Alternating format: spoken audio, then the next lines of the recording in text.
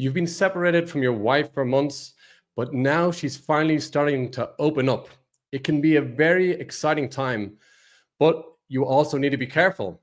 Missteps can set you back, but with the right steps, you and your wife can begin to build a new unbreakable marriage. My name's Luke Finn, and I'm the founder of the ARC System, where we help dads transform a marriage in crisis into a new unbreakable marriage. And today I'm joined by our ARC legends who are going to help you answer this question. What do you do when your wife is ready to talk about the relationship? So welcome Knight Rider, welcome Falcon even. How are you doing, guys? Afternoon, living the dream. Good morning, how are you? Let's all welcome Knight Rider to the roundtable, his first session. He just completed the ARC System yesterday after a year. We're really happy to have you on board today, that you can share your wisdom. Round of applause. So guys, without further ado, let's get into the question today that's at hand. The question today comes from Michael from the US. After 9 months of separation, my wife has agreed to talk about our future. Now, we're also going to be clear here, guys, we're also going to give 3 steps for the guys that are watching this video. If you're wondering what to do when your wife wants to talk about the future, we're going to share with you 3 steps, so make sure to stick around for the whole video.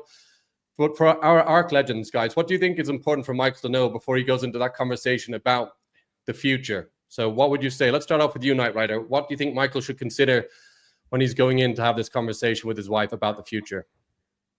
I think first of all, he's got to go in without having any big expectations of whether they're going to reconcile or whether it's going to go the other way, because he may not know how his wife is thinking or feeling. I think listening to what she has to say is very important, so he gets the full picture. And it for me is, again, it's like, don't expect too much straight away. Let's listen. And for him not to sort of like just agree to anything that she's saying if it's not along what he believes. Wonderful. Great input, Knight Rider. What about you, Falcon? What do you think Michael should consider before he goes into that conversation with his wife? Yeah, I mean, I can relate to this feeling, because you're kind of feeling like you feel like you're stuck in limbo, waiting for someone else's readiness to finally get clarity on the status of your relationship. It's probably one of the hardest places to be at. Because you have no control, and your peace depends on their timeline. So I guess indecision in itself is a decision. It could be, I don't know. I mean, at least for me, it was confusing and draining. Like I had to pause my life, waiting to get clarity, and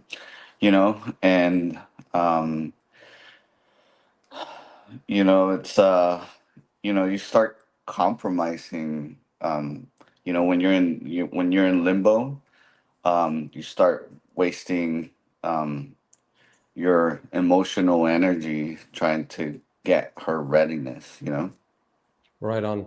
I think that's a really good word that you use there, Falcon, limbo. And I think it's the biggest issue or the biggest pain point for men that are going through a separation, or when the marriage starts to struggle and the wife pulls away, is this limbo.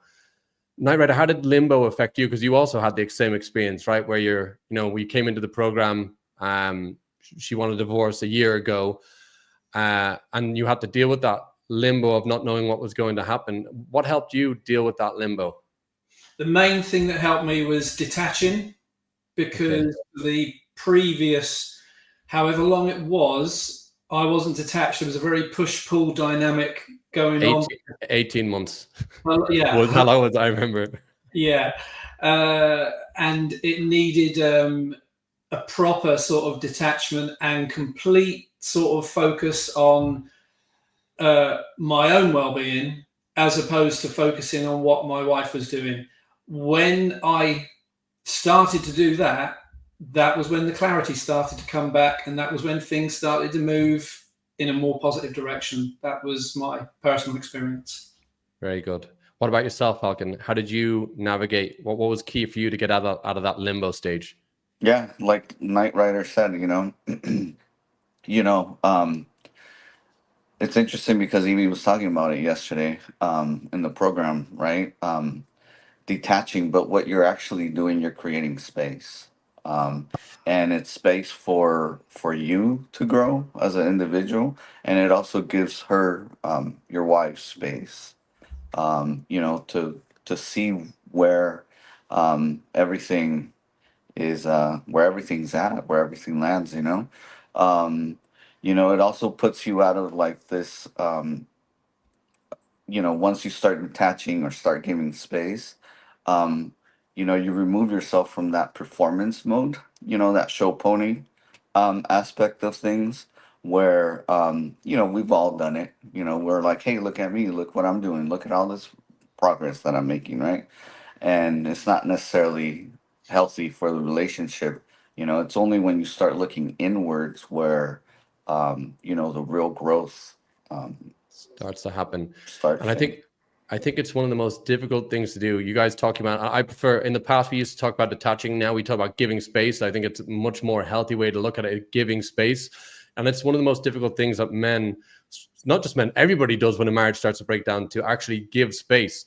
Now, if you're finding it difficult yourself with giving your wife space, I'd highly recommend enrolling in our free masterclass. You can find the link down below. There, we're going to help you exactly like Falcon was talking about, get clarity on who you are, what you stand for, to begin that healing process so you can give your wife space and take that space yourself. So I'd highly recommend enrolling today.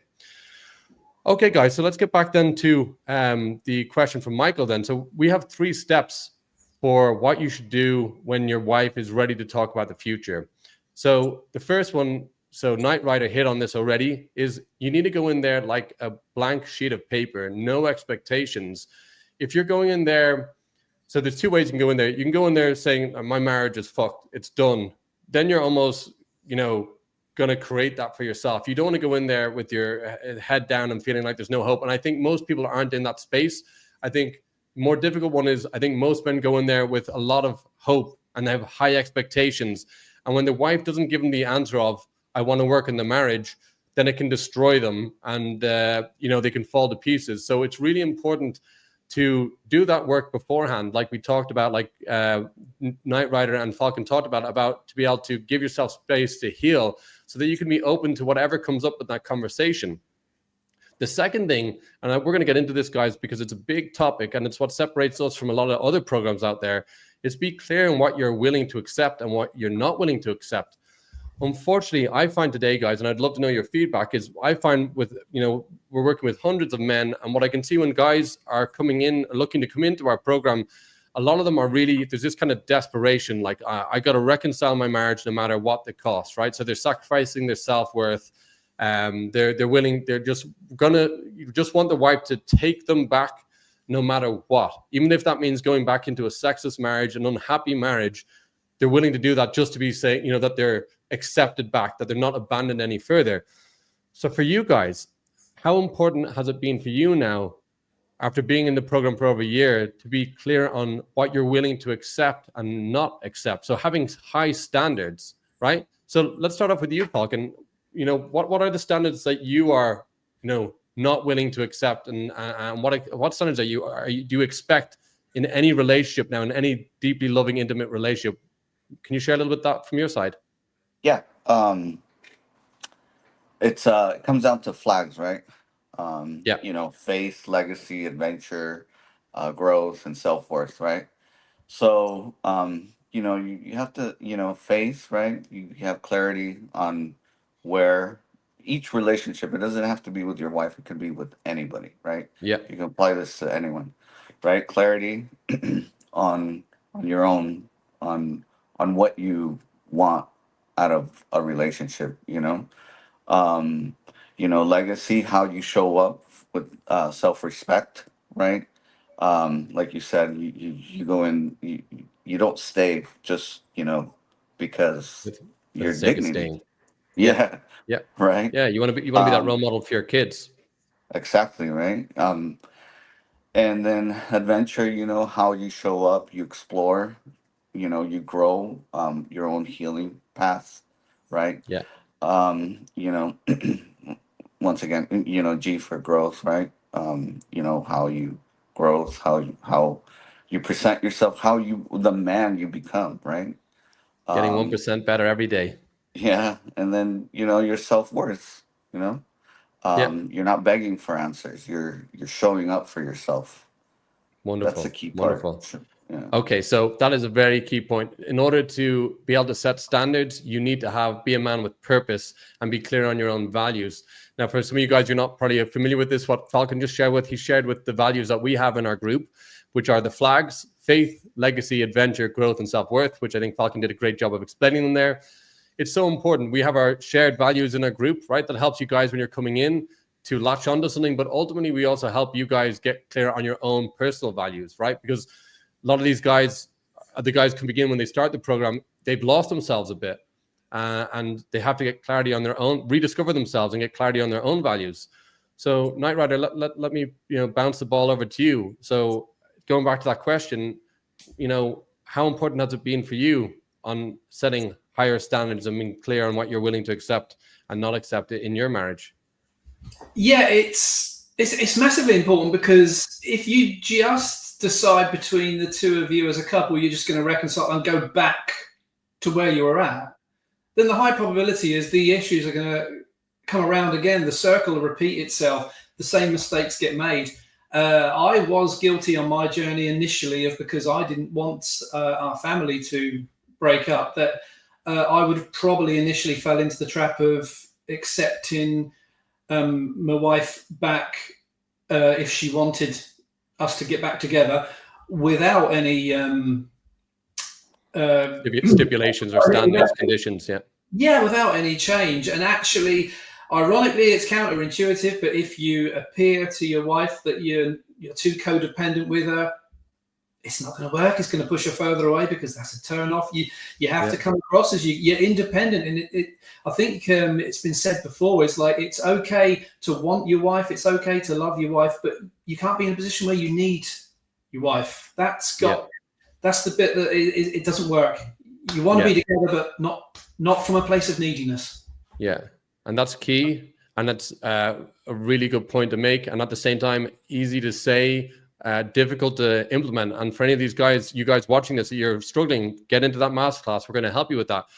So we've covered now, be clear on what you are willing to accept and not accept. So the standards. And then the third point, really, really important, a vision for the future. In the ARC system, we help guys create new unbreakable marriages. You cannot be going back to the old marriage. I think this is where a lot of guys make the mistake, is they're like, I just want to reconcile and I want to save my marriage, right? Just save it, bring it back to life, and continue on in a marriage that is flawed for however long until the kids move out. And then maybe we then go our separate ways or something like that. And it's just not, I hate to hear that, because we need to have a vision. We're leaders. Everybody in our group, we're leaders. And you need to lead in your marriage, right? And I think it's so important that when that discussion comes up for Michael, that he's clear on what he wants for the future. Because what his wife is going to say, more than likely, is when you sit down for that conversation with your wife, his wife is going to say, I've been thinking about it, but Michael, I don't want to go back. I don't want to go back to the past. I can't go back to that marriage. And unless, Michael, you're doing the inner work on yourself, it's going to be difficult to move past that. But we're going to assume you're the type of guy that's showing up, you're watching our videos, so you're doing the work on yourself. Then the answer that you need to give to your wife here when she communicates her fear is, I understand that. And at the same time, I don't want to go back either. You should not want to go back to the way the marriage was, but you're open to creating something new, a better, more intimate, deeply loving relationship. And that's something that you can work on. And that's the way you should address it, Michael, when that conversation comes up. If she says something like, I don't want to go to the past, she's expressing her fears. And it's really important that we don't shut her down, or we don't go into our own fear thinking like, oh my God, this is not the result I'm looking for. And we don't listen to what she's saying. You need to empathize, understand where she's coming from. It's normal. Why the hell would she want to go back to the way it was? I mean, it takes a lot of pain to get your wife to check out, right? It's like, we all know, you guys know, it doesn't happen overnight. You're talking about years and years and years for her to finally make that decision. That's painful for everybody. But then when she comes to the table and she's ready to talk again, then you need to know that she still has that pain and she still has that concern. So how about for our ARC Legends guys? How important would you say a vision for the future has been for you guys? Because but I know both of you definitely have that. How has that changed the dynamic in your household now that you're both guys, strong, magnetic, independent men with exceptional communication skills, that you have a vision for the future? How key was that for you? Let's start off with you, Falcon. Yeah, and I mean, this is something that you learn, right? You start co-creating Yeah. the future, right? You really, I mean, with the program, you start developing the leadership skills, right? I mean, we have them within us, but it's really how you start showing up, how you start showing up for yourself, and that's where the magic happens. You start co-creating, and you start, you know, whether whether it's with her or without her, it's you show up for yourself, which is most important. Right on. Very well said, Falcon. What about you, Knight Rider? For me, I think what's really important is because old habits are quite easy to slip into, and if either partner ever does slip into a habit like that, is not to be frightened to have the conversation. Learning to have conversations, awkward conversations, without it developing into arguments, I think is key on how you can communicate with each other. No ultimatums or anything like that. Just say, look, can we chat about this? And when you have open, honest communication in real time, not letting it fester. Again, like what Falcon says, that's where magic can happen, because you're on the same page. You're not straying off that far before it then comes up, and then the longer it's left, it becomes a bigger problem. So you have that vision, I think, together. And if ever at any point one of you perhaps don't agree with the other, which is perfectly normal, just say, look, can we talk about that? And if you disagree on it, that's not the end of the world either. Yeah, wonderful. You're both hitting on a very important topic: leadership. You guys are leaders, and I love to absolutely to hear that, and that you get to share this. Now we got Combat T, which I've now found out is our ARC legend T, joining us on the live today. T, great having you on the live, brother. Okay, now there's one more thing we need to cover here, guys. So we've covered the 3 steps when your wife wants to talk about the future during a separation. There was a little bit more to this, though. So let me go here. We're going to make this a little bit easier for us to see. So Michael didn't just ask what to talk about, but we needed to break this up. So Michael actually said, after 9 months of separation, my wife has agreed to talk about our future. So we've covered that. Now let's get on to the next part. And that's as far as we've got. So we're sensing a bit of frustration from Michael. I've tried to arrange a date, but she isn't free. Should I just accept this game as game playing, or push forward with trying to arrange a date? Arc Legends, what should he do? So that's an interesting question.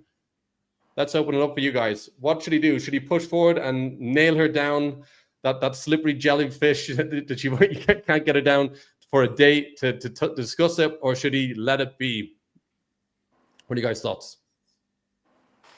I think. Sorry, Falcon, you go. I think you focus on yourself. You look inwards. Her indecision doesn't define you. If you keep showing up, you keep doing the work. Let her do whatever she needs to do. Let her focus on herself. Let her own her side of the street. You keep showing up for you. You keep showing up for yourself. You own up to your side of the street. And you don't push. Your peace isn't dependent on her decision, on her timeline. So just keep working on yourself. Well said. Very well said. What about yourself, Knight Rider? Pretty much echo that. I'd be coming at it from a position of, look, I'm ready to talk. You let me know when you're available. Yeah, exactly. It can be it can be tough for us men, especially when we're action takers like you guys are, and like all the guys are in the ARC system. Action takers want to push forward. But in this case, that's kind of trying to control out of fear, right? It's like trying to squeeze tighter, and that ultimately pushes her away. So yeah, I agree with both you guys. You got to let her come to you. if she said she's ready to talk about about the future, then she will be. And I also like what you said about their Knight Rider is, and you can have a discussion, like as in, listen, yeah, you mentioned last week you want to discuss it. I'm ready whenever you are. Let me know when you're ready to go, and just leave the ball in her court. Because the last thing you need to do is try and nail her down and try and get a date for when you're going to have that discussion. Because it should be also in her interest to want to talk about that, right? Yeah, I think in that case, less is more. Less is more. Well said, Knight Rider. And on that note, you now understand what you should say and what you should do when your wife is ready to talk about the relationship and your future after a separation. You're going to want to watch this next video on how to show up as a man and lead in your marriage.